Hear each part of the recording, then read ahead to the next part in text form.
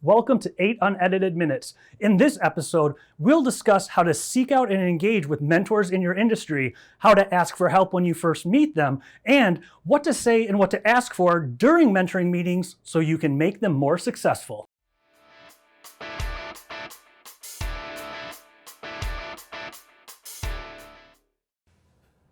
Welcome to 8 Unedited Minutes about mentoring. We're here with Mark Nuruddin, founder and CEO of Bull Outdoor Products and author of The Pocket Mentor. Thank you so much for being here today, Mark. Oh, thanks for having me.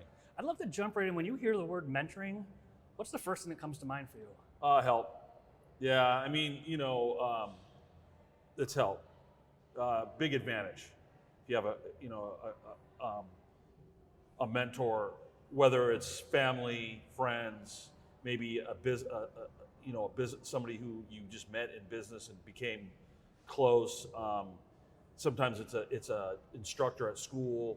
It doesn't necessarily matter where it comes from, but somebody who's knowledgeable and willing to help you is really what mentoring is. How did you discover that? Was it just always in your DNA, or did you have an aha moment and stumble across it like in college or something? I did not go to college. Okay. So I didn't have a mentor. I have a great father, but he wasn't a business guy. Okay. He worked for a large corporation, and so as far as business goes, I didn't get a lot of help from him. I got a lot of support, but he couldn't tell me things to do and not to do as my business in the beginning, as it developed, as it grew. There's a lot of help, so I had to learn everything the hard way.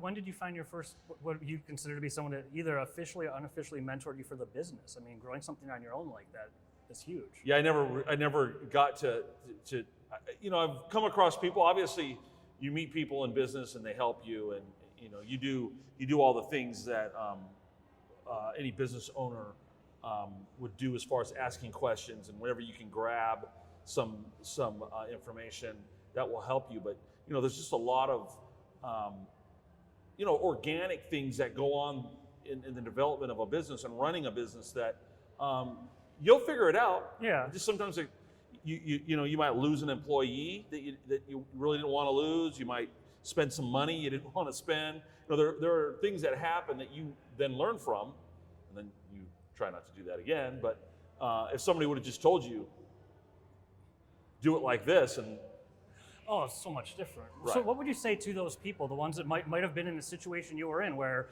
here's this amazing dream or idea that I'm working on, I heard I should have a mentor. What advice would you have for that person to find one? Well, going out and finding a mentor is tough. What you have to do is keep your eyes and ears open so that when you come across, because some of that mentoring is industry, right? So depending on what you're doing, you want somebody to mentor you in that in that industry, not necessarily, if you're in a business of, maybe you're a service business, you don't want somebody from manufacturing to help you. That two different things going on there. But you have to keep your eyes and ears open. You have to, put yourself out there. How do you do that? Ask a lot of questions. Be interested. Don't act like you know everything. Act like you don't know and you want help, and and you'll run into people that want to help. It happens. What does your current mentoring situation look like, or from helping people to being helped? I wrote a book called Pocket Mentor because I feel like there's a lot of people out there that don't have a mentor, and so I wrote. The book is a mentoring book. It's not about business. It's not about how to get rich. That's not in it. It's all about building relationships with your vendors, how to treat customers, how to treat your vendor, what insurance, and how do you handle it. So it's all about the things that you need to know about business, from the startup all the way until you've got it. You've got some momentum and you're growing forward. And I also have a website that people, after they read my book, can go on there and ask me questions. So what's one of the most important pieces of advice about mentoring that you would consider to be, hey, if you know one thing, you got to know this? Well, I think, it's important as an entrepreneur to understand it's hard work, and you can't give up, and you have to be dedicated. You got to have passion, and because that's where it all starts. There are the stories of people getting rich very fast. Those are the exceptions, not the rules. It usually takes a lot of work and a lot of dedication, and you always have to keep that in your mind as you're going through the struggles. Keep the work. Keep the goal. I'm trying to build something here, and I'm not going to let something get in my way. And you just got to keep moving forward. Okay, gotcha. For moving forward, what are a few more tips? Because people say, okay, I found that someone that is offering to help me, and I know sometimes that first conversation can be tough. It's not just as easy as poof, the mentor appears and everything gets fixed. Right. What would you say to help jumpstart that relationship? If someone's willing to help them so they don't waste their time and they actually learn something? Well, I think, the most important thing about a mentor and somebody being mentored is, the mentor, as a mentor, I can get an idea of your business and what you're trying to do, but you have to feed me the information. You have to ask me the questions, and you have to let me know what you're struggling with. So that's opening up. That's a vulnerability. It's right. You got to tell me, or I can't help you. I can, hey, I saw you did this.